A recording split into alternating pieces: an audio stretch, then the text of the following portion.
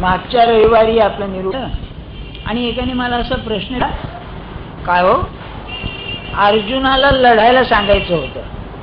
प्रश्न असा होता ना, मी लढत नाही म्हणाला आणि त्याला लढायला प्रवृत्त केला. त्यामध्ये हे आत्मज्ञान या भानगडी कशाला? उघड नाही, बरोबर आहे नाही का? म्हणजे तर्कशास्त्रामध्ये गैरलागू उत्तर जसं द्यावं तसं भगवंतानी केलंय का? नाही का? जसं असं बघा, उदाहरण द्यायचं झालं का, तुमचं जेवण झालं का? नाही, आता शौचाला जाऊन आलो. अहो, माझ्या प्रश्नाचं उत्तर द्या. भलतंच काय सांगताय तुम्ही? तसं त्याला जर युद्धाला प्रवृत्त करायचं होतं तर हे कशाला मध्ये आणलं? याचं कारण असं आहे की गीतेला जीवनाचा अर्थ सांगायचा होता. भगवंताला सांगायचं होतं नुसतं युद्ध कर म्हणून नव्हे. आचार्यांनी म्हणजे शंकराचार्यांनी असं स्पष्ट सांगितलेलं आहे, हे तात्पुरतं आहे. युद्ध कर हे नैमित्तिक आहे.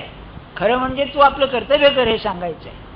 हे जसं तसं त्यांना आपल्या जीवनाचा अर्थ सांगायचा. जीवनाचा अर्थ म्हणजे काय? किंवा आम्हाला कळतो का जीवनाचा अर्थ? आपण जीवन जगतो ना, आपल्याला कळतो का? ते कसं आहे बघा. महाराज एक उदाहरण देत. महाराज म्हणाले, एका माशाला म्हणजे मादीला एक पिल्लू झालं, म्हणजे लहान मासा झाला. तेव्हा सहज तिने त्या पिल्लाने विचारलं आईला, अगं आई, किती लोक मला समुद्र समुद्र म्हणून सांगताय, समुद्र आहे तरी कुठे? तेव्हा ती म्हणाली, अरे तुझा जन्म त्यामध्ये आहे, तुझं अस्तित्व त्यामध्ये आहे, तुझा मृत्यू त्यामध्ये आहे. हाय, मला काही कळतच नाही. हे जसं त्या पिल्लाने आपल्या आईला म्हणावं तसं तुम्ही आम्ही जीवन जगतो ही गोष्ट खरी आहे, पण इतकं वरवरचं जीवन जगतो की आपल्या अनुभवाचा अर्थ आपल्याला कळतच नाही. बरं, म्हणजे याचा अर्थ काय? याचा अर्थ असा, कोणीतरी सांगणारा पाहिजे, त्याशिवाय समाधान नाही. आणि ते समाधान गीतेमध्ये आहे. म्हणून ज्ञानेश्वरीमध्ये 3 गोष्टींचा अप्रतिम संगम आहे. त्याला मी त्रिवेणी म्हणत नाही, ते नेहमीच आहे. पहिला असेल तर काव्य. काव्य म्हणजे काय? हा कवी सम्राट आहे. आपण कालिदासाला म्हणतो ना कवी कुलगुरु म्हणून, अरे त्याच्यावर हे आहे. कालिदासाला तरी विचार करावा लागत असेल काव्य रचताना, या पुरुषाचं काव्य म्हणजे आमचं परमात्माच बोलत होता जणू काय, असा हा. तत्वज्ञान म्हणून पाहावं तर तुम्ही पाहता निर्णय विद्वान लोक किती खटपट करतायत. याने असं सांगितलं तसं सांगितलं, घेऊ आहे तेव्हा आहे, अमक्या ठिकाणून अमकं घेतलंय आणि तमक्या ठिकाणून तमकं घेतलंय. अरे जिवंत प्रतिभा ज्याची होती, प्रत्यक्ष परमात्मा ज्यांनी पाहिला होता, त्याला तत्वज्ञान काय शिकायची जरूर होती?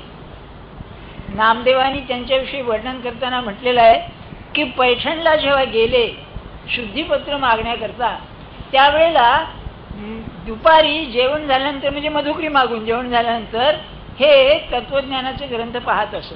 आता काय पाहिलं असेल कोण आठवत? विचार करा. आणि तिसरी गोष्ट जर असेल तर अध्यात्माचा अनुभव. मी आपल्याला एकदा सांगितलंय की अनुभवाची श्रीमंती म्हणून एक असते, ऐश्वर्य म्हणून एक असतं. ते ऐश्वर्य किती लोकांच्या ठिकाणी असेल, ज्यांनी लिहून ठेवलंय त्यांचं सोडून द्या. मी सांगितलं अरविंदांचं तसंच आहे म्हणून. पण ज्ञानेश्वर महाराजांचं ऐश्वर्य पाहिल्यानंतर मनुष्य थक्क होऊन जातो. काय त्या पुरुषाचे अनुभव. आणि त्यांनीच एका अभंगामध्ये त्याचं वर्णन केलेलं आहे.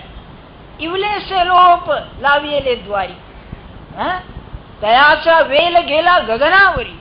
रे काय अप्रतिम वर्णन आहे बघा. सिम्बॉलिक म्हणजे सांकेतिक आहे, पण खुणेने इतकं अप्रतिम वर्णन केलं आहे की माझ्या गुरुने मला जो मंत्र दिला ते एवढंसं रोप लावलं. बरं, दाराशी लावलं खरं, म्हणजे माझ्या जीवनामध्ये ते रोप लावलं. अरे वाढलं वाढलं म्हणजे काय वाढलं? गगनावर गेलं. घराच्या समोर लावलेलं फार तर मांडव होईल, हो मांडव होईल, हा म्हणजे गगनावरही गेला, म्हणजे अनंतामध्ये गेला. शांत लावलेलं हे रोप अनंतामध्ये गेलं. बरं, आता अनुभवाचं सांगतायत. ते म्हणाले की मी कळ्या तोडल्या. त्यांना मोगऱ्याचं फार प्रेम असे त्यांच्या ह्याच्यात, तेव्हा याला कळ्या येऊ लागल्या. तर म्हणाले मी कळ्या तोडू लागलो, कळी असे भार आला. म्हणजे ते म्हणतात असं की मोगऱ्याचं असं धर्म आहे की तुम्ही जितकी फुलं तोडा तितकी जोराने आतून येतात. तसं अनुभव म्हणजे काय मला सांगा. अरे मला एखाद्या स्वप्नामध्ये दृष्टांत झाला, आपल्या मनाचंच असतं ते, तर लोकांना सांगू शकतोय काय अनुभव आला, काय अनुभव आला, हा या पुरुषांनी काय म्हणायचं. आणि मग त्यांना ती जाणीवच असते की हे सगळं होत असतं हे भगवंताच्या कृपेचं फळ आहे, माझ्या कर्तृत्वाचं नाही, म्हणूनच ते अनुभव येतात. तेव्हा म्हणाले ती सगळी फुलं मी एके ठिकाणी केली, त्याचा सुंदर शेला केला आणि पांडुरंगाला वाहून दिला. काय असेल बघा असं ते अनुभवाचं. तेव्हा त्यांनाच खरा जीवनाचा अर्थ कळला. तो काय कळला नाही का. असं आहे की माणूस जेव्हा जीवन जगतो तेव्हा काहीतरी मूल्य समोर ठेवून जगतो. मूल्य म्हणजे व्हॅल्यू. त्याच्या जीवनात काहीतरी महत्वाचं असतं, त्याच्याकरता तू जगतो. कोणी कशा करता, कोणी कशा करता. तुम्ही आम्ही प्रापंचिक लोक पैशा करता. अगदी विचार करा, सगळं कुटुंब आहे, मुलं चांगली आमकाईन तमकाईन, आणि तुम्हाला पैशाची अडचण पडली म्हातारपणी. अलीकडे अशी कुटुंब पाहतो बरं का. मुलगा ऑफिसर असतो, बाई कुठेतरी नोकरी करीत असते, पण आई बापांना किंवा सासू सासऱ्यांना पैसे देताना बेंबीला कळ लागते असं म्हणतात आपल्याला. तेव्हा पैसा हा किती महत्वाचा आहे. पैशाशिवाय मी जगू शकणं शक्य नाही. आपण पहा ना, एखाद्याने म्हणलं तुला सगळ्या सोयी करतो तुझ्या, पैसे देत नाही, पैसे मी ठेवतो. नाही नाही नाही, तुम्हाला काय द्यायचं ते द्या, तसं नका करू. किती पैशाचं हे आहे. म्हणजे आमच्या जीवनात पैशाचं मूल्य किती आहे बघा. असं जीवनात खरं मूल्य कशाला आहे ते त्यांना सांगायचं. आणि ते खरं मूल्यच असेल तर माणूस आहात आपण असं म्हणतात ती.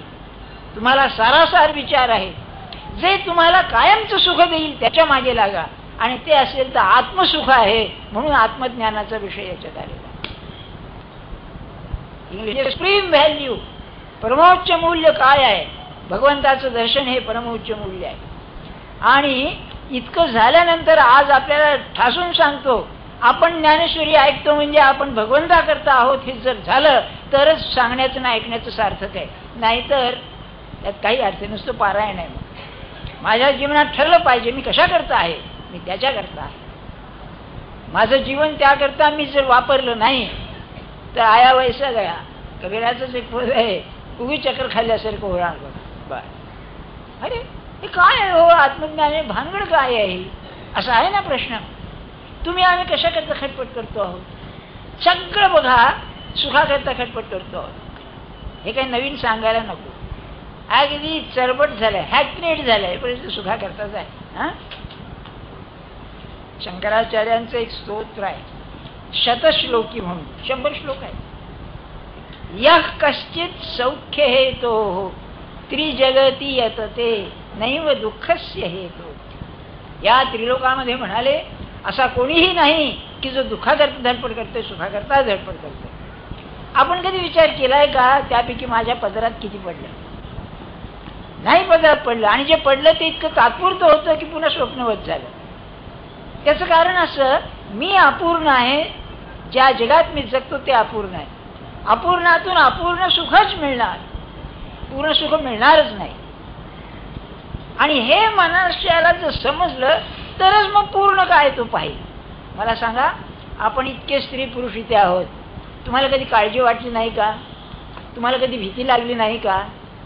अगदी 5वीला पूजलेली आहे आपल्या, ते 5वीची पूजा करतात ना, काहीतरी आहे बघा. बाळण झाल्यानंतर नाही का, आता हॉस्पिटलमध्ये कुठलं आलंय हो, त्या नर्सेस ह्याच 5व्यात या, परंतु बाकीचं कुठलं आलंय पण करतात ना, म्हणजे ते काही बाधा होऊ नये म्हणून करतात बरं का. काहीतरी आहे त्याचं, आमक्याची बाधा होऊन ते शांत बिंत करतात ना काहीतरी. तसं तुम्ही असं कोणी खरा पाहिलं का? नेहमीच ॲबनॉर्मल नव्हे, वेडा असलं त्याला काय आहे हो, किंवा हा असला साधू ते नव्हे.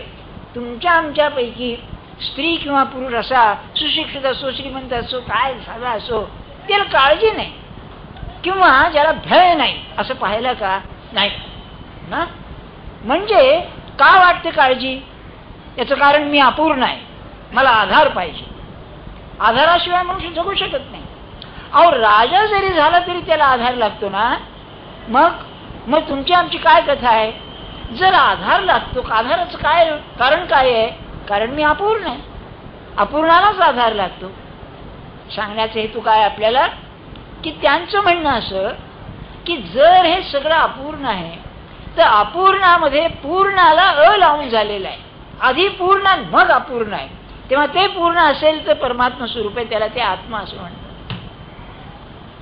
बर, या आत्म्याचं लक्षण काय? या आत्म्याचं लक्षण असेल जे अपूर्णामध्ये नाही, ते त्यामध्ये आहे. अपूर्ण हे तात्पुरतं आहे, हा कायमचा आहे.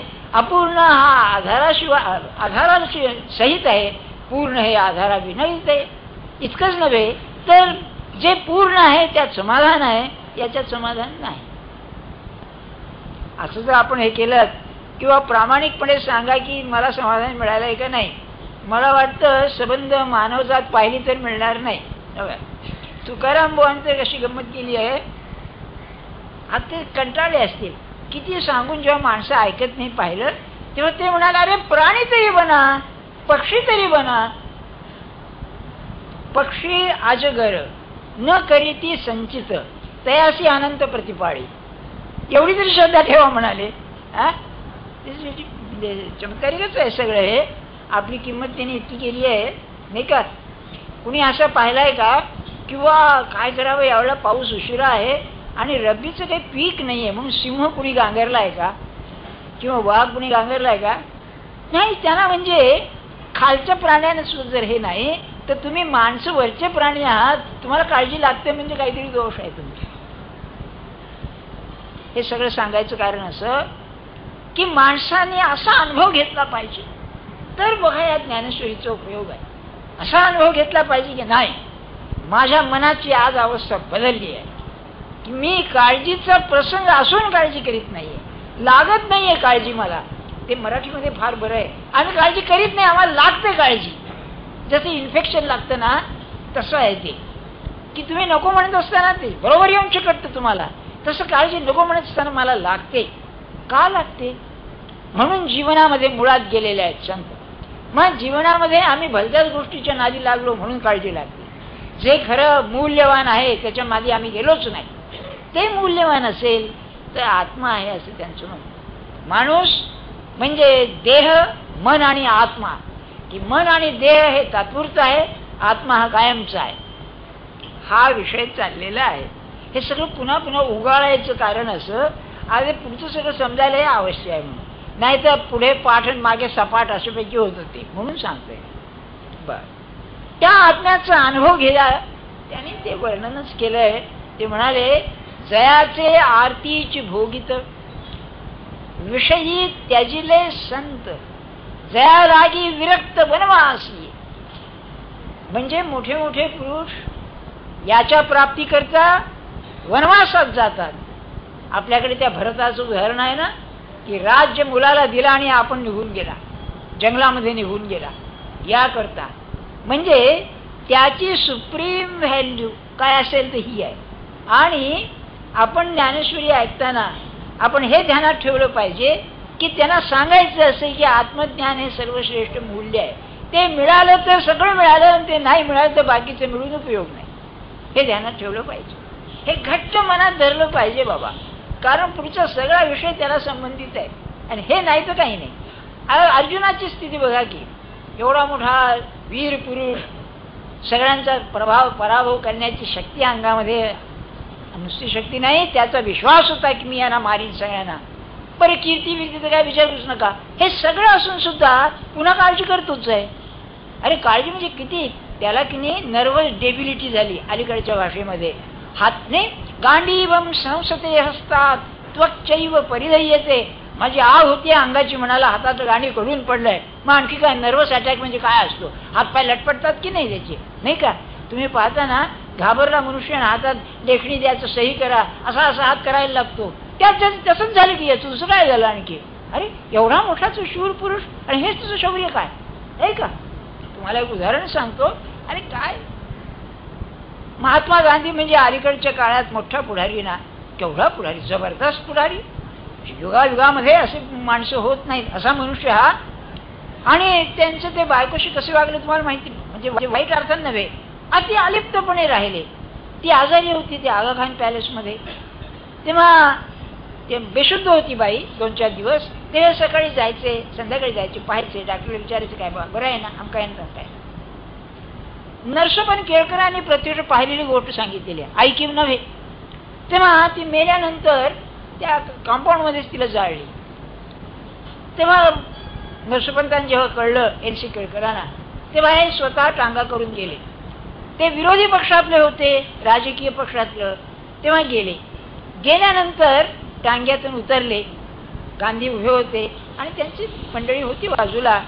तेव्हा यांना पाहिल्याबरोबर जवळ आल्यावर व्हॉट ए लाईफ असं म्हणाले. याचा अर्थ असा आहे इंग्लिशमध्ये, काय जीवनाची तऱ्हा आहे बघा म्हणाले, तुम्ही अशा निमित्तानं मला भेटायला, हा त्याचा अर्थ आहे. विरोधी पक्ष नाही राजे, व्हॉट ए लाईफ. ते झालं. नंतर त्यानं चितेवरती ठेवलं बाईला आणि आग लावली. आग लावल्यावरती यांच्या डोळ्याला पाणी आलं, रडायला लागले. उसासे आले आणि रडायला लागले. काय असेल मला सांगा. देह जाणार आहे काय माहिती नव्हतं त्यांना, किंवा लोक गीतेवरती त्यांचं आहे ना, टीका आहे ना महात्मा गांधी लिहिलेली.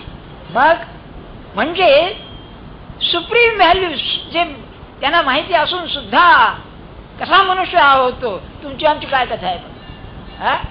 पण तुम्हाला सांगून ठेवतो, त्यांचं तसं झालं म्हणून माझंही असं होईल हेही त्याबरोबर नाहीये. अरे अगदी साधा मनुष्य पण साधनी असेल खरा तर म्हणेल असू दे, काय त्यात आहे. हो, त्यात नाही नवरा बायको कोणीही म्हणले. तुम्हाला एक उदाहरण सांगतो. एक बाई होत्या, माझी उदाहरणं महाराजांच्या पैकीच असतात, कारण माझा निकट संबंध आला म्हणून, बरं का. तेव्हा त्या तिकडे असत, गोंदवल्याच्या बाजूलाच तिकडे त्या बाई असत. त्यांचा नवरा जो होता त्या बाईचा, तो की नाही घरची जरा इस्टेट बिस्टेट होती, शेतीवाडी होती त्या काळामध्ये. आता 100-125 वर्षाची पूर्वीची गोष्ट. ते एक चिवटे म्हणून ग्रस्ते त्यांच्या नात्यातले ते होते. तेव्हा त्यांना थोडं मनात विचार येऊ लागला, त्या शेताचं काय होईल, घराचं काय होईल, जमिनीचं काय होईल. मधून मधून बेशुद्ध व्हायचे. तेव्हा बायकोने महाराजांना सांगितलं की यांना संन्यास द्या म्हणून, म्हणजे यांचं मन त्यातून निघेल. काय बाईची तयारी आहे मला सांगा. बाई सांगते आहे गुरुला की या नवऱ्याला संन्यास द्या म्हणजे वासना सुटेल. ते काय मोठ्याच माणसानं साधतं असं नाही, खरा साधनी असेल ते चालेल त्याला, बरं का. तेव्हा हे शिकाय करता गीता वाचायची. की आपलं मन असं पाहिजे की आहे ठीक आहे, प्रपंच हा असा आहे, पण मी नाही अडकलेलं त्यामध्ये. मग स्त्री काय पुरुष काय, आणि बाईचं निष्ठा केलं तर का नाही होणार, बरोबर होईल नाही का. तुम्हीच कल्पना करा, आपल्यावर जर प्रसंग आला ना आपल्या बायकोने सांगितलं की अहो यात ज्या संन्यास आहे ना, आपल्याला कळलं काय म्हणाल तुम्ही, कशाला लग्न केलं म्हणून यात पिढा आहे नाही का. तिला काही संन्यास घे म्हणून सांगता येणार नाही, हिला द्या संन्यास म्हणून. संन्यास आपल्याला द्यायला पाहिजे. काय तयारी आहे मला सांगा. सांगण्याचा हेतू तुम्हाला हा आहे माझा. तेव्हा त्यांनी काय सांगितलं मग आत्तापर्यंत या श्लोकामध्ये की अरे मानवी जीवनामध्ये सर्वोत्तम मूल्य असेल तर आत्मा हा सर्वोत्तम मूल्य आहे. समर्थाने फार अप्रतिम शब्द वापरला आहे. जगी धन्य तो दास सर्वोत्तमाचा. सर्वोत्तम सुप्रीम व्हॅल्यू. बरं, सर्वोत्तम म्हणजे भगवान या अर्थाने त्यांनी वापरला आहे, तोच सर्वोत्तम आहे. हे सगळं सांगून आता एका श्लोकात सारांश. देही नित्यम अवध्योयम देहे सर्वस्य भारत. हे भारता म्हणजे अर्जुना, सगळ्यांच्या देहामध्ये असणारा हा जो आत्मा आहे, हा देही हा अवध्य आहे, त्याला कोणी मारू शकत नाही. तो अमृत असल्यामुळे त्याला कोणी मारू शकत नाही. हे झालं. मग तस्मात तू सर्वांना मारण्याकरता तयार हो, युद्ध कर. आता युद्धाला प्रवृत्त आहेस. मग तू कशाला शोक करतोयस. अरे कितीही देह गेले तरी तो शाश्वतच आहे, होय ना. आता तो कसा आहे ज्ञानेश्वर महाराज आणखी निराळा करणं सांगतायत. 1-2-3 ओव्या आहेत, कमाल केली ज्ञानेश्वर महाराज. म्हणाले जे सर्वत्र सर्वही देही जया करिताही घात नाही, ते विश्वात्मक तू पाही चैतन्य एक. पहिली गोष्ट म्हणजे ते चित स्वरूप आहे. चित स्वरूप म्हणजे जाणीव असणार जिवंत. अचित म्हणजे जड. चित म्हणजे जाणीव असणारे. तेव्हा या विश्वामध्ये सर्वत्र आणि सर्वही देही. आपल्याला देह आहे. आपल्याला देव म्हणजे कसा पाहिजे? सर्वत्र म्हणजे सगळीकडे आहे. तो स्पेस म्हणजे त्याला जागा नाही अशी नाहीच कुठे, तो सगळीकडे आहे. म्हणून सांगतो मी आता आपल्याला, सर्वही देही, जे जे काही जिवंत प्राणी आपल्याला दिसतो, अगदी हीनापासून तो श्रेष्ठापर्यंत प्रत्येक देहामध्ये तो आहे. बरं कसा आहे तो? तो विश्वात्मक आहे. म्हणजे या संबंध विश्वाला व्यापून आहे. म्हणजे जसं माझं मन माझ्या देहाला व्यापून आहे, तसं ह्या विश्वाला व्यापून असणारं मोठं मन आहे विश्वमन, कॉस्मिक माइंड. आणि परमार्थ म्हणजे जसं माझ्या देहाला मी व्यापून आहे मन रूपाने, तसं विश्वाला मन रूपाने मी व्यापून, याचं नाव परमार्थ. तो सगळीकडेच. मग म्हणजे कुठे काय चाललंय आपल्याकडे कल्पना आहे. शंकरन पार्वती म्हणाले याच्यावर आहेत, कैलासावर, आणि जगात काय चाललंय त्यांना सगळं कळतं. शंकराला कळतं म्हणजे काय होतंय? तो सर्वव्यापी आहे ना, कुठे काय चाललंय, कुठे काय चाललंय. ते पावसचे जे हे होते ना स्वरूपानंद, ते आत पडलेले असायचे त्यांच्या खोलीमध्ये, आणि बाहेरचं कुणी आला तर यांना पत्ता नसायचं कोण आहे, काय आहे, नाव गाव. तर त्यांच्या माणसाला ते सांगायचंय तो आमका आमक्या ठिकाणी आलं, त्याला आत बोलाव. हे कसं कळतं? तर कारण विश्वात्मक आहे. ते संबंध कॉस्मिक कॉन्शियसनेसच होतो. जसा माझी जाणीव जशी माझ्या देहाला व्यापून आहे, तशी ती जाणीव त्याला व्यापून असते, जगाला व्यापून. ते विश्वात्मक पाहि तू चैतन्य. म्हणून ज्ञानेश्वर महाराजांनी एक मोठं विलक्षण लक्ष सांगितलं इथे, लक्षात ठेवण्यासारखं.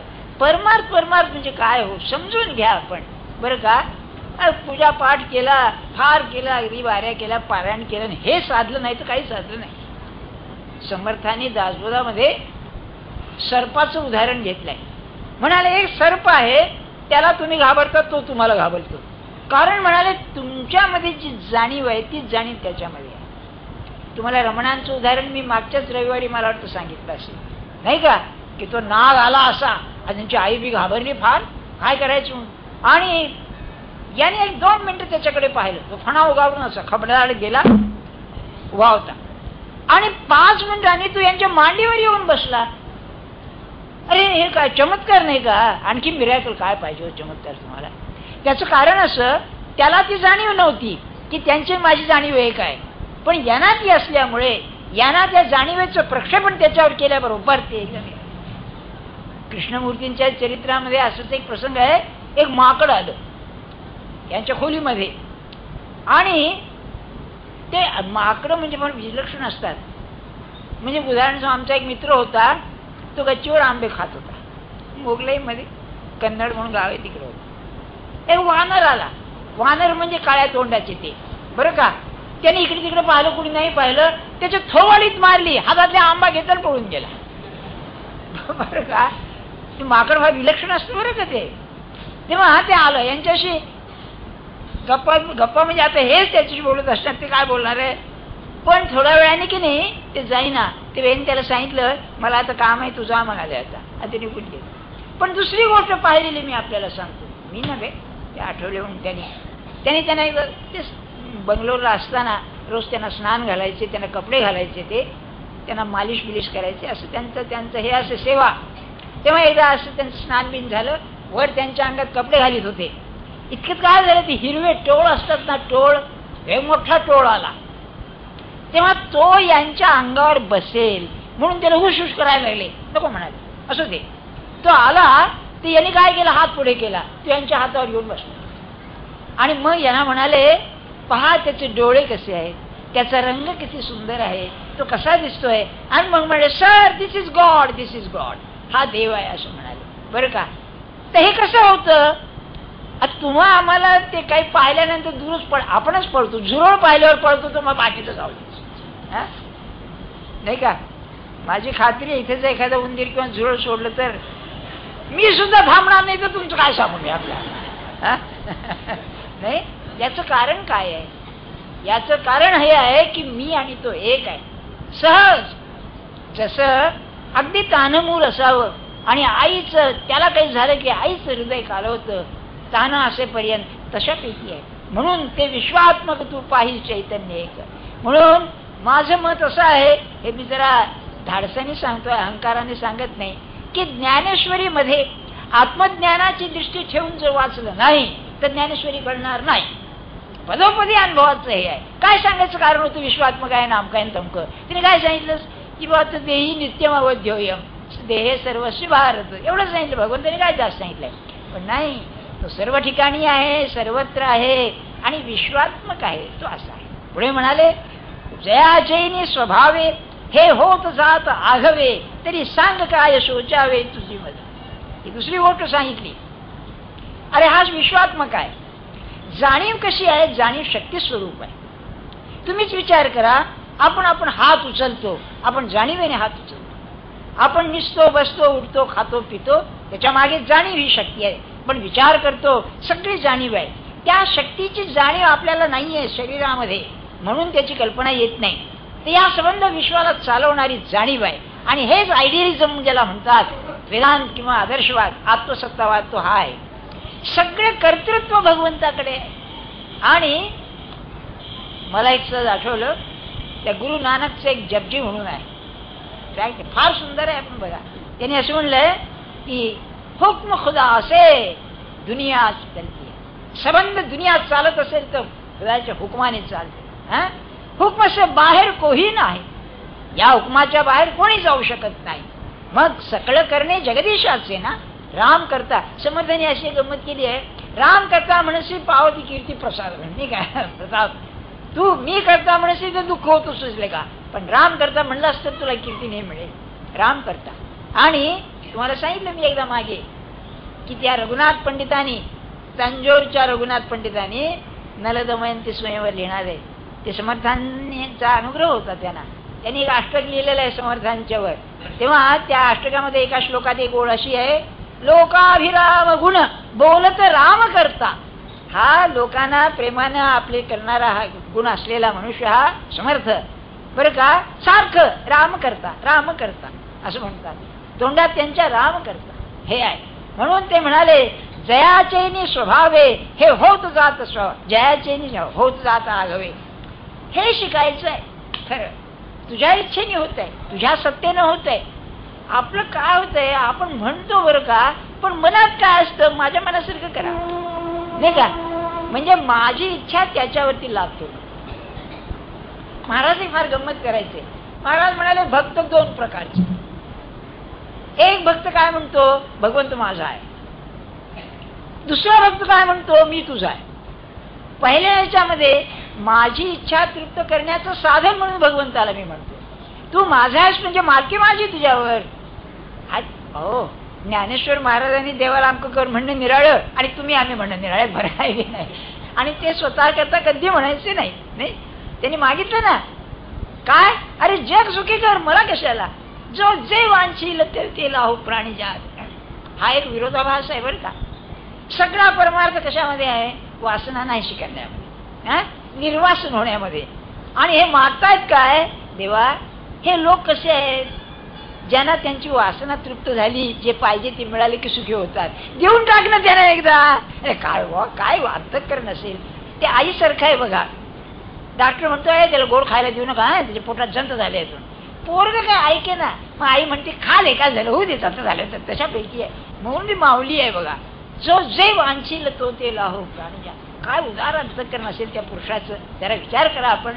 तेव्हा भक्त दोन प्रकारचे. एक भगवंत माझा आहे म्हणजे माझी इच्छा तृप्त करणारा तो, आणि दुसरा मी तुझा आहे, तू ठेवशील तसा. ज्ञानेश्वर महाराजांना दुसरा भक्त सांगायचा, ज्याच्या सत्तेनं सगळं चाललेलं आहे. ही जाणीव जर झाली ना तर माणसाच्या जगाकडे पाहण्याची दृष्टीच बदलेल.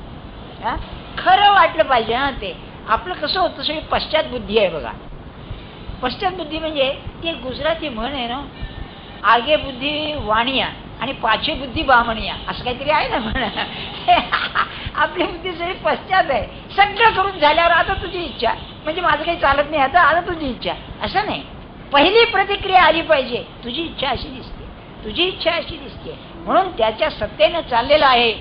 तेव्हा अर्जुना ध्यानात ठेव, तुझं हे युद्ध सगळं, तुझं जिंकणं किंवा न जिंकणं, तुझं सगळं हे त्याच्या इच्छेने चाललेलं आहे, ही जाणीव तू ठेव. इथपर्यंत संपला, तत्वज्ञान संपलं, सांख्य मार्गाचं तत्वज्ञान संपलं. सारासार विचार, आत्मानात्म विचार काय असेल तो संपला. जीवन कसं आहे मी अगदी सुरुवातीला सांगितलं, सर्वोत्तम मूल्य सांगितलं, सुप्रीम व्हॅल्यू सांगितली, आत्मज्ञान आणि आमकन तमकं सगळं झालं. अरे पण आज व्यवहाराची भूमिका काय आहे? माझी जी व्यवहाराची भूमिका आहे त्याला ते पचलं पाहिजे ना. आपलं असंच होतं बघा. काय होतं, जसं आता नाही पण समजा तुम्ही राजकीय पुढारी आहात आणि गांधी टोपी घालता, बाहेर जाताना गांधी टोपी घालायची, घरी आल्यावर काढून ठेवायची. तसं हे तत्वज्ञान जे आहे हे नुसतं आपलं बोलण्यापुरतं ऐकण्यापुरतं होतं. व्यवहारात येण्याकरता आता पुढचा प्रकार आहे, त्याची पार्श्वभूमी सांग. अर्जुन युद्धाला उभा राहिला होता. त्या काळची परिस्थिती काय होती? वर्णाश्रम धर्म होता. धर्म म्हणजे काय इथे? Social order. ज्या समाजामध्ये अर्जुन राहिला त्या समाजाची जी रचना होती त्यामध्ये ब्राह्मण, क्षत्रिय, वैश्य, शूद्र असे 4 वर्ण होते. प्रत्येक वर्णाचं त्याच्या त्याच्या याच्याप्रमाणे कर्तव्य असे. कोणताही समाज असो त्यामध्ये हे असं असायचं. काहीतरी व्यवस्था असल्याशिवाय समाज टिकणारच नाही. बरं, साधी गोष्ट आहे बघा. आता सध्या संस्थांच्या मध्ये अव्यवस्था माजल्यामुळे जीवन किती विस्कळीत झालंय तुम्ही पाहता. उदाहरण घ्या, पोलीस लोक आहेत, आपलं कर्तव्य जे केलं नाही तर कर्तव्य केलं नसल्यामुळे ती अव्यवस्था होईल. शाळा कॉलेजेस घ्या, त्याच्यामध्ये शिक्षकांनी आपलं कर्तव्य केलं नाही किंवा विद्यार्थ्यांनी आपलं कर्तव्य केलं नाही तर ते चालणार. अगदी जाऊ द्या, कुटुंब संस्था घ्या, जर बायकोनी, नवऱ्यानी म्हणजे आई बापानी, मुलांनी त्यांचं कर्तव्य केलं नाही तर काय व्यवस्था कशी बघा. विघटन होतं. इंग्लिशमध्ये त्याला डिसऑर्गनायझेशन म्हणतात. बरं, हे होतं ना. तर त्या काळच्या याच्याप्रमाणे हा समाजामध्ये क्षत्रिय म्हणून होता. क्षत्रियाचा धर्म त्यांच्या म्हणण्याप्रमाणे असा होता की युद्ध झाल्यानंतर लढलंच पाहिजे, युद्धाला माघार घ्यायची नाही. याचं उत्तम उदाहरण महाभारतामध्ये धर्मराजाचं आहे. धर्मराज म्हणजे सत्वगुणाचे मूर्तिमंत होता. इतका सरळ चांगला, म्हणजे तो दुर्योधनाला सुयोधन म्हणे असा. बरं का, त्याला जेव्हा आव्हान केलं द्यूताला, आणि याला कारण शकुनी मामा, बरं का, की अरे तू त्याला गुंतवायचं आहे ना, सांग त्याला ये म्हणून. तर क्षत्रियानी युद्ध ना आपल्या द्यूत नाही म्हणणं क्षत्रियाचं कर्तव्य नाही म्हणून त्याला भरीलं. तेव्हा अर्जुनाला आता काय सांगायचंय, तू क्षत्रिय आहेस, तुला युद्धाला तू उभा राहिला आहेस, आता मी माघार घेतो म्हणणं हे खरं नाही, तुला लढलंच पाहिजे हे सांगण्याकरता पुढचे 5-6 श्लोक आहेत. बरं, काय सांगितलं? तत्वज्ञान खूप आहे, पण आज तुझी परिस्थिती काय आहे या कर्तव्याला तू जागला पाहिजेस. म्हणून हे कर्तव्य करीत असताना त्या आत्म्याचं स्मरण ठेव. म्हणजे कर्तव्य करून भगवंताचं स्मरण ठेवणं हा परमार्थ आहे. लक्षात ठेवा. आपण सांख्ययोग सांगारे म्हणजे काय, माझ्या वाटेला जे कर्तव्य आलंय ते बरोबर करीन. आता तुम्ही म्हणाल ऐकायला सोपं आहे, सांगायला सोपं आहे. समजा तुम्ही साहेब तुमच्या विरुद्ध आहे, बरं का, काय म्हणाल, कारण काही का असे ना, आणि तुम्हाला हे आहे की कर्तव्य करायचं, तर त्याचं फळ मला काय मिळेल? गीता म्हणते तुझा अधिकारच नाही, माझं कर्तव्य हे आहे ना ते कर. आणि मग त्याच्यामध्ये ते करीत असताना त्याच्या फळाची आसक्ती मला राहू नये म्हणून भगवंताचं स्मरण पाहिजे. आणि सगळ्यात कठीण असेल तर एक वेळ भगवंताचं स्मरण सोपे, पण कर्तव्य करणं कठीण आहे. असं असताना मग तो असं वागतो, मी असं करू. तेव्हा क्षत्रियामध्ये तू असं तर मी असा नाही, परमार्थामध्ये तो कसाही का असे ना, मी कसा पाहिजे हे. जीससचं एक वाक्य आहे ना, डू अनटू अदर्स, म्हणजे तुम्ही दुसऱ्याशी असं वागा की तो माझ्याशी जसं वागावं असं मला वाटतं तसं मी त्याच्याशी वागावं. अरे ते का रे, हे नाही तिथे काय हो, कसं काय मगवायचं नाही का. याचा अर्थ बावळट बनावा असं नाही. याचा अर्थ असा समजू नका आपण की इथलं जे क्षात्र तेज आहे सगळं नाहीसं करायचं. सगळी माणसं क्षात्र तेज घेऊ शकत नाही. मला वाटतं उगीच समजा मी एक उदाहरण सांगतो तुम्हाला, मी भानगड नको नित्याच आपलं. आम्ही औरंगाबादला होतो फार दिवसापूर्वी. तिथे एक गांधी नावाची ग्रस्त होती. आता गेले नवरा बायको दोघी होते, मराठी माणसं गांधी. ते एका वाड्यात राहत. तिथे 3 बिराडे. त्यात एक मद्रासी होता, आणखी एक कुणीतरी होतं दुसरा, आणि हे ते हे काळ्या माकड चाप टूथ पावडरनी तोंड धुवायचे. आधी काळी टूथ पावडर हो, पण ते मध्ये चौक असायचा, त्याच्यामध्ये ते चुळा थुंकायचे तिथे बसून.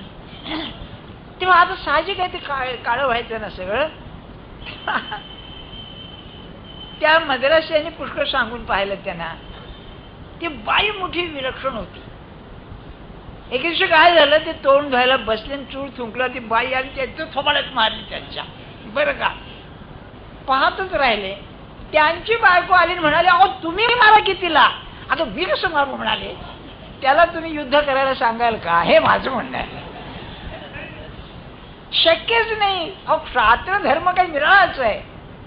काही लोक जसे कोर्टात भांडायची भयंकर हाऊस, काही लोक असतात बरं का, म्हणजे त्यांना तो आनंद असतो फार कोर्टात जाऊन. हरलो पण भांडायची हाऊस. तसं समजा तुमची एक शेजारी भांडणारी आहे आणि तुमची बायको नाही, काय कराल तुम्ही. अगं बोल तिला. बोल काय, माझा स्वभावच नाही बोलण्याचं, तर काय ऐकून घ्यायचं. आता अशी बायको मिळणं भाग्याचीच गोष्ट आहे, पण सोडून द्या. पण सांगण्याचा हेतू तुमच्या लक्षात आला ना. तसं अर्जुनाचं कर्तव्य म्हणजे लढणं आहे. ज्ञानेश्वर महाराजांनी पुढे सांगितलंच आहे, अरे हे अनुचित संग्राम समयी तू क्षत्रिय आहेस आणि मी लढत नाही लांबून. हे काय नाही का. ते तुम्हाला रामकृष्णांची गोष्ट माहिती आहे ना, त्यांनी सांगितलेली. तुम्हाला असं वाटतं का की हे साधू संत अव्यवहारी असतात, आपला अधिकार पाहूनच सांगतात. त्याने एक गोष्ट सांगितलं असं आहे की एका माणसाला सांगितलं, अरे अहिंसा पाहिजे बुवा आणि दुसऱ्याचं हे काही दुखवता कामाचं नाही. तर त्याने काय सांगितलं, माणसाला नाही, एक साप होता, त्या गुरुला त्याने, नाग होता, त्याला सांगितलं की फस करावं पण चावू नये असं सांगितलं. पण काय झालं, आता हा एवढं शिकलेला म्हणजे आपल्या ते गोष्टच आहे, आणि त्यांनी काय केलं, ते पोरं दगड मारायला लागले तरी गप्प बसला, मग मृतवत झाला. गुरुनी पाहिलं, अरे ही काय अवस्था तुझी म्हणाली. पण म्हणले तुम्ही सांगितलं होतं ना, म्हणले त्रास द्यायचा नाही, मारायचं नाही, चावायचं नाही. अरे पण मी फस करायला सांगितलं होतं ना, ते तू विसरलास. असं असतंय. अर्जुनाला असंच सांगितलेलं आहे की तुला लढायला पाहिजेस, त्याच्यामध्ये जे काय होणार ते होणार. ते करीत असताना मी यांना मारतो आहे हा स्वार्थ ठेवू नकोस. हे त्याच्या इच्छेने माझ्या वाटेला आलेलं आहे, ते मला करायला पाहिजे म्हणून तू कर. हा त्यातला भावार्थ आहे. म्हणून त्यांनी जे म्हणलं, भगवंत त्याच्या सत्तेनं चालताय हे लक्षात ठेवलं पाहिजे. आपलं काय होतं, आपल्याला एकीकडे वाटतं त्याच्या इच्छेने चाललंय, नाही काही गोष्ट झाली त्याच्या इच्छेने झालं बा, गुरुच्या इच्छेने झालं बा, पण ते की नाही वरवरच असतं, आपल्या आतमध्ये भिनलेलं नसतं. बाहेरून काय म्हणावं बा असं झालं खरं बा, हे झालं ते झालं, पण आतमध्ये तुझी इच्छा अशी आहे, तुझी इच्छा अशी आहे, ही जाणीव पाहिजे. म्हणून तुकाराम महाराजांचा जो अभंग आहे ना, त्याच्यामध्ये अतिशय एक मार्मिक शब्दरचना आहे. ठेविले अनंते तैसेची राहावे, चित्ती असो द्यावे समाधान. चित्ती समाधान असू द्यावं, बरोबर आहे, पण केव्हा राहील. समजा वाईट परिस्थिती आली तर यानी आणली, त्यानी आणली, माझ्या नशिबाने झाली, तमक्याने झाली, हे म्हणण्यापेक्षा ठेविले अनंते, त्या अनंताची इच्छा अशी आहे की मी या परिस्थितीत राहावं, म्हणून मी समाधान ठेवतोय, आणि तरच समाधान राहील, नाही तर समाधान राहणार नाही. बरं, हे पण त्यांना सांगायचं आहे, कारण ही पुढची प्रस्तावना आहे सगळी. मग एरवी तरी पार्था तुझं का निर्णून मने चित्ता, परी किडाळ हे शोचिता बहुती परी. ज्ञानेश्वर सहज महाराज म्हणाले, ज्ञानेश्वर महाराज, अरे तुला काय कळत नाही का म्हणले, हे बरोबर नाहीये, पण हे तुझ्या डोक्यात कुठला आली घाण ही आता.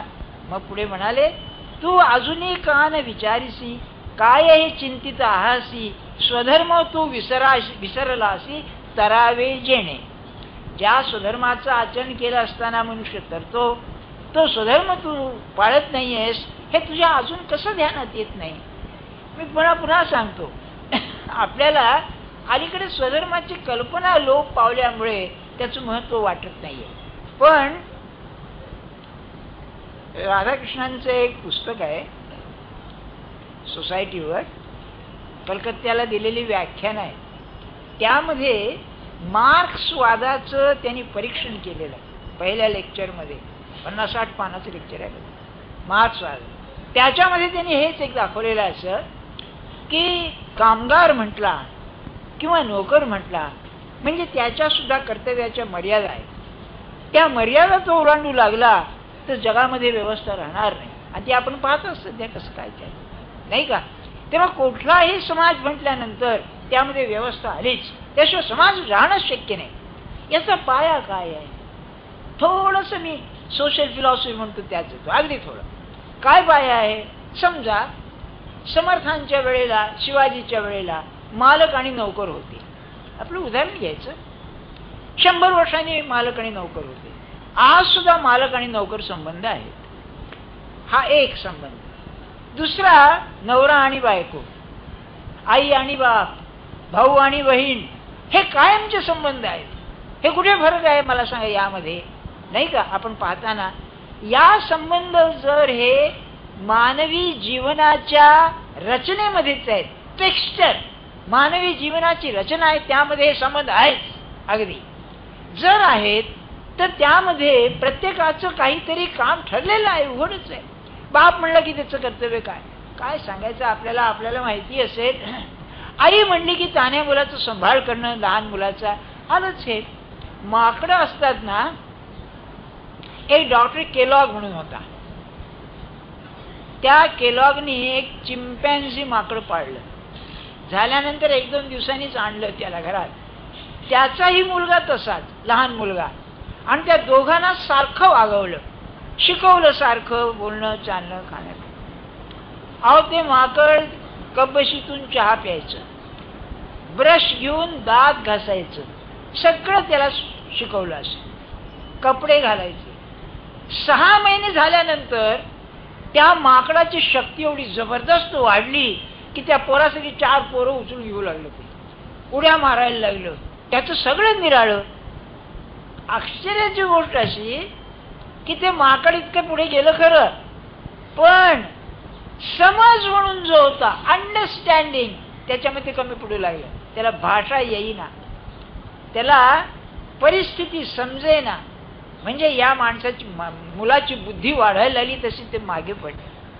बरं का. हे मी का सांगतोय आपल्याला? याचा अर्थ असा की माणसाची बुद्धी म्हटली की ती समाजात राहून त्याला एक प्रकारचं जे वळण लागतं ते कर्तव्याचं वळण असतं. आणि ते जर लागलं नाही तर तो समाज बरोबर नाही असं समजतो. शाळेत कशाला घालतं आपण मुलाला? ते वळण लागावं म्हणून ना. अलीकडे ते एक संस्कार केंद्र म्हणून काढतात नाही का. त्या ज्याने काढले त्याला धड संस्कार नसतो तो केंद्राला कसला संस्कार आलाय हो. पैसे खायचे केंद्र असतात त्याला, दुसरं काय नाही. सांगण्याचा हेतू काय आपल्याला हे त्यातलं आहे. मग हे जर आहे, कोणत्याही समाजात तुम्ही राहा, तुम्हाला कर्तव्य करावंच लागेल. आज तुम्ही ऑफिसमध्ये गेलात आणि तिथे तुम्हाला पगार मिळतोय आणि हे तुमचं काम. 2-3 गोष्टी असतात. डेसिग्नेशन काय, मी कोण आहे इथे, आहे ना असं ते असतं. पुन्हा माझं काम काय हे असतं. त्यामध्ये तुमची ती ड्युटी काय असते, काम ते ठरवून देतात की नाही तुम्हाला. आता नेहमी असं होतं, काम करणाऱ्याच्या बोडक्यावर बाकीचं काम लादतात. हा मनुष्य स्वभाव आहे बरं का, हे जाऊ द्या नाही का. ते आपलं आमच्या मोगलाईतलं बरं हो. बडे बाप के बेटे, नाव लक्षात ठेवा. आपण बाप मोठा श्रीमंत असतो किंवा व्यापारी असतो, अधिकारी असतो, मुलगा शिकलेला नसतो, तेव्हा बडे बाप के बेटे म्हणून त्याला नोकरी देतात. त्याला फक्त सही करायचं माहिती असतं. तेव्हा त्याचा जो पेशी म्हणजे PA असतो तो सगळं केस तयार करतो. मग हा विचारतो लहान करू का मोठी करू, छोटी करू या बडी करू, हा एवढं विचारतो. हे ठीक आहे, पण निदान तेवढं तरी करतोय मेहरबानी नाही का. कर्तव्य आलंच, यात शंकाच नाही अगदी. मग अर्जुनाला सांगितले गैर काय आहे क्षत्रियात. एका विद्यार्थ्यानेच मला विचारलं होतं, सर म्हणजे क्षत्रियाचं कर्तव्य पुन्हा पुन्हा लढायला काय सांगितलंय. अरे तो कर्तव्य कर म्हणून सांगतोय, लढायला सांगितलेलं नाही त्याच्यामध्ये. सुदैवाने काय झालं, तो काँग्रेसमध्ये होता आमचा विद्यार्थी, आणि तो वरून जो आदेश येईल त्याप्रमाणे करायचा. म्हणलं तुम्ही का करता ते? मग नाही आम्ही काँग्रेस म्हणत, तसा तो क्षत्रिय होता म्हणलं म्हणून तो करतोय. तर उगीच काय वेळासारखं बोलण्याचा अर्थ आहे मला सांग. तुम्हाला ते करायलाच पाहिजे नाही का. अहो इतकंच नव्हे, तुम्ही जर साहेब नसताना साहेबाच्या खुर्चीवर बसलात तर ते बरोबर नाहीये.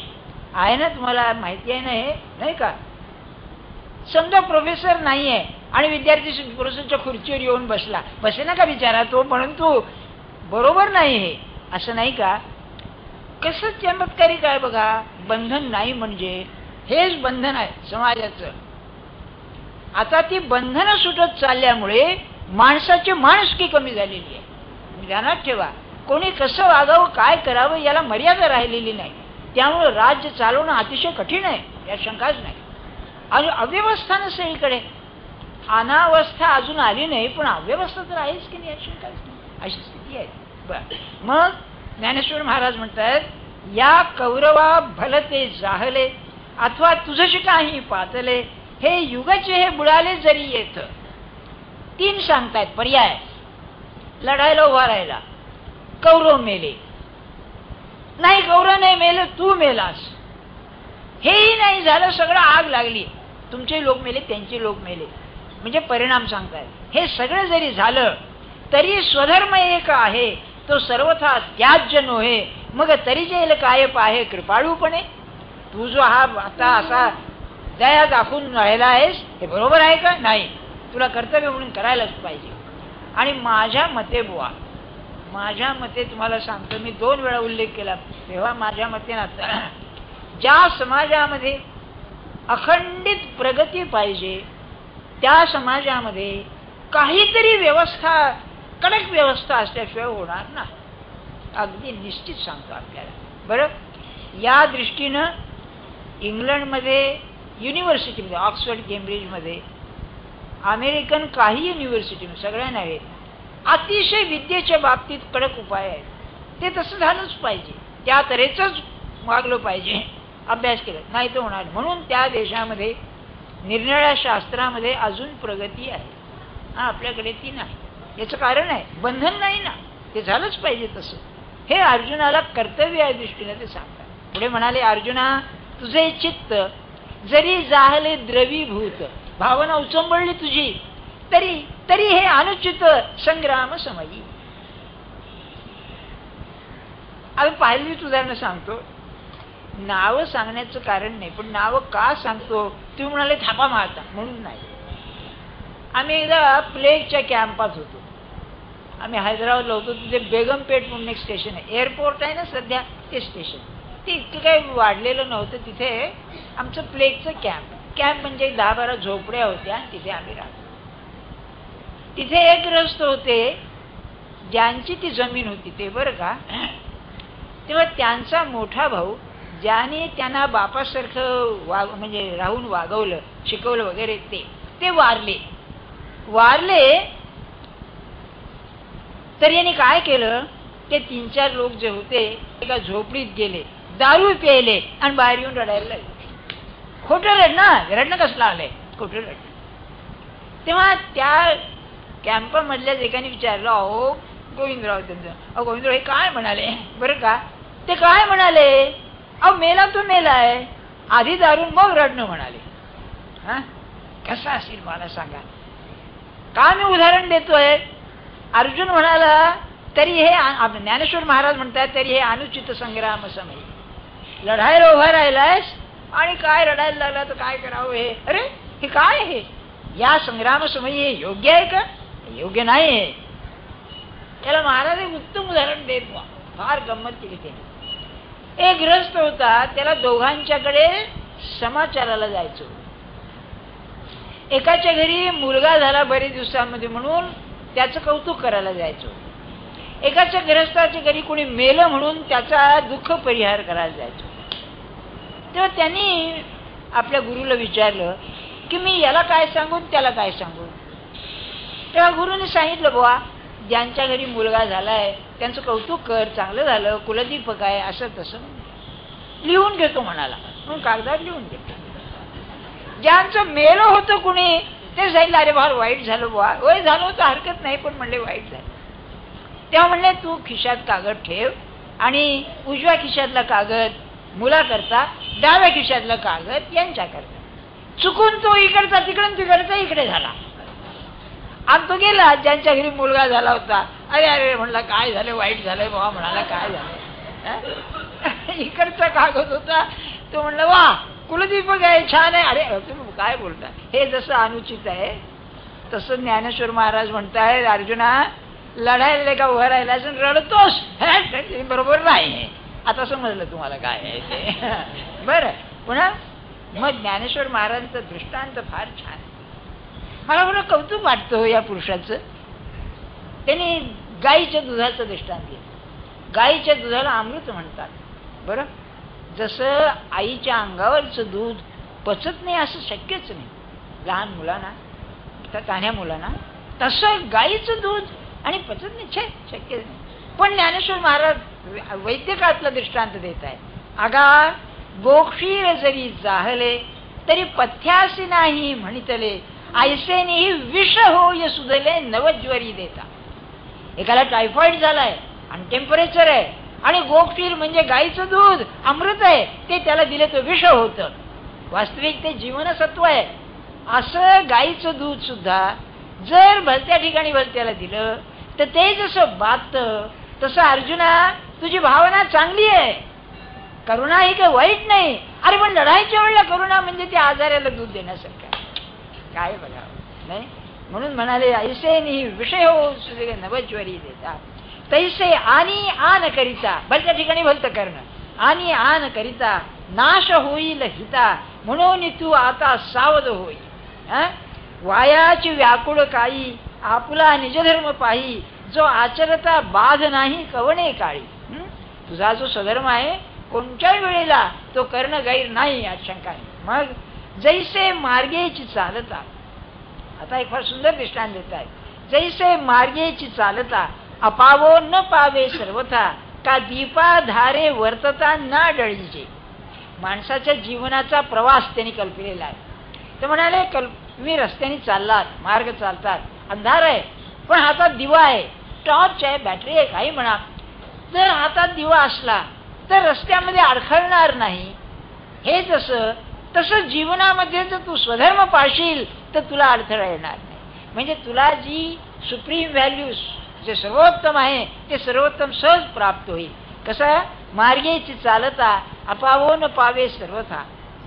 ज्या योग्य मार्गाने तू गेलास तर जसं तिथे अडचण येणार नाही तशापैकी हे आहे. काय याचं महत्व आहे हो. पण सांगतो अतिशय कठीण आहे. बरं आपण आपलं कर्तव्य कसं आहे दुसऱ्याच्यावर अवलंबून असतं. तू तसा तर मी असा, बरं का नाही. हे फार हे आहे. मला ते बहिणाबाईचं उदाहरण आठवतं बघा. बहिणाबाई एक समर्थांच्या वेळी तुकाराम महाराजांची शिष्य होती, पुढे त्यांनी देह ठेवल्यावरती समर्थांच्याकडे येत असे. पुढे ज्ञानी होती बरं, ती जबरदस्त बाई होती. तेव्हा तिने आपलं आत्मचरित्र लिहिलंय. ते असं लिहिलंय की म्हणाले पुराणामध्ये जमदग्नी जमदग्नी नाव आपण ऐकतो. माझा नवरा साक्षात जमदग्नी होता.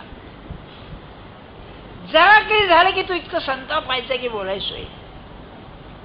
एकदा काय झालं, जयराम स्वामी वडगावकर म्हणून होते समर्थ पंचायतनातले कोल्हापूरला. ही कोल्हापूरला असेल. तेव्हा त्यांच्या कीर्तनाला गेली. तिच्याबरोबर एक वासरू होतं. ते वासराला घेऊन गेली. ते वासरू ती शेवटी तिने आपले 11 जन्म सांगितले. त्यात म्हणले माझा हा मुलगा आहे, माझ्या बरोबर येत आहे. तर ते गर्दी फार झाली, बसायला जागा नाही. लोक म्हणाले तिने असं दिले, त्यात हगणं नाही, मुतणं नाही, काही नाही. ते कथा करू लागले म्हणजे त्या वासराच्या डोळ्याला पाणी यायचं असं ते वासरू. लोक काय तक्रार करू लागले, अहो माणसाला बसायला जागा नाही. या बाईने म्हणले वासरू आणले, जवळ बसवले. काय म्हणाले, गडबड झाली. तेव्हा स्वामी काय म्हणाले, काय गडबड आहे. तेव्हा त्यांनी सांगितले की असं वासरू घेऊन बसली आहे. तर ते एवढंच म्हणाले, हरिकथा ही जीवाला आवडते. तो वासू झालं म्हणून काय झालं, त्याला जर आवडते तर बसू द्या. असं झालं. ते कीर्तन झालं. ते आली घरी. त्या नवऱ्याचा एक मित्र तो यांच्या घरी आला आणि कौतुकाने सांगायला लागला, अहो काय म्हणले तुमची बायको, काय ते वासरू सगळे म्हणले स्वामींनी एवढं कौतुक केलं. नवरा जो संतापला, म्हणाला माझी बायको माझ्यापेक्षा हिची किंमत जास्ती, म्हणून बडवलं तिला. बरं का. बडवलं तर ती जे वासरू होतं 2 दिवस जेवलं नाही. हिला बांधलं, बांधून मारलं. ते जोपर्यंत बांधलेलं होतं पण ती वासरू जेवलं नाही, खाल्लं नाही, प्यायलं. नंतर तिने सांगितलं, पण सोडलं. पण त्याला सगळं माझं कर्तव्य काय म्हणजे इतकं झालं. तिचे आईबाप तिथेच असत. सगळं मारणं झाल्यावरती ते म्हणाले त्या जावयाला, तिचा कोणचा अपराध होता म्हणून आपण इतकं मारलं तिला. तरी तो भडकला पुन्हा. तर ती काय म्हणते, त्या काळच्या पद्धतीप्रमाणे, मी ते जस्टिफाय करतो असं समजू नका आपण, म्हणजे नवऱ्याने मारणं बरोबर आहे असं म्हणतो असं नाही. त्या काळच्या पद्धतीप्रमाणे पण नवरा वागवेल तसं बायकोनी वागायचं. तर ती म्हणाली, मला त्याने दिली आहे ना तिथे, मग माझं कर्तव्य काय, जे प्राप्त होईल भोग तो भोगायचा. त्याप्रमाणे म्हणली मी गप्प बसली. सांगायची गंमत अशी. पुढे कथा पूर्ण करतो.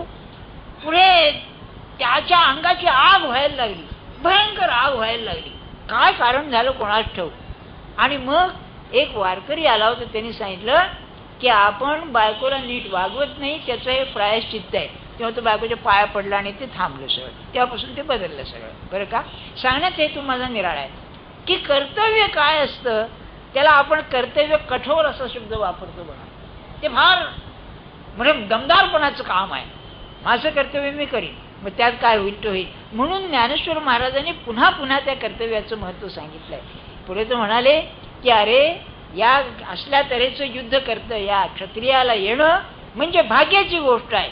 कारण आपल्याकडे असं वर्णन आहे की जो क्षत्रिय रणांगणावरती मरतो, लढता लढता मरतो, तो सूर्य भेदन करून स्वर्गाला जातो असं म्हणलेलं आहे. म्हणून गीतेत पुढे म्हणलेलं आहे, अरे काय अर्जुना, मेलास तर स्वर्गाला जाशील, अरे जिंकलास तर पृथ्वीचं राज्य भोगशील, आहे काय त्यात. म्हणाले रडतोस कशाला.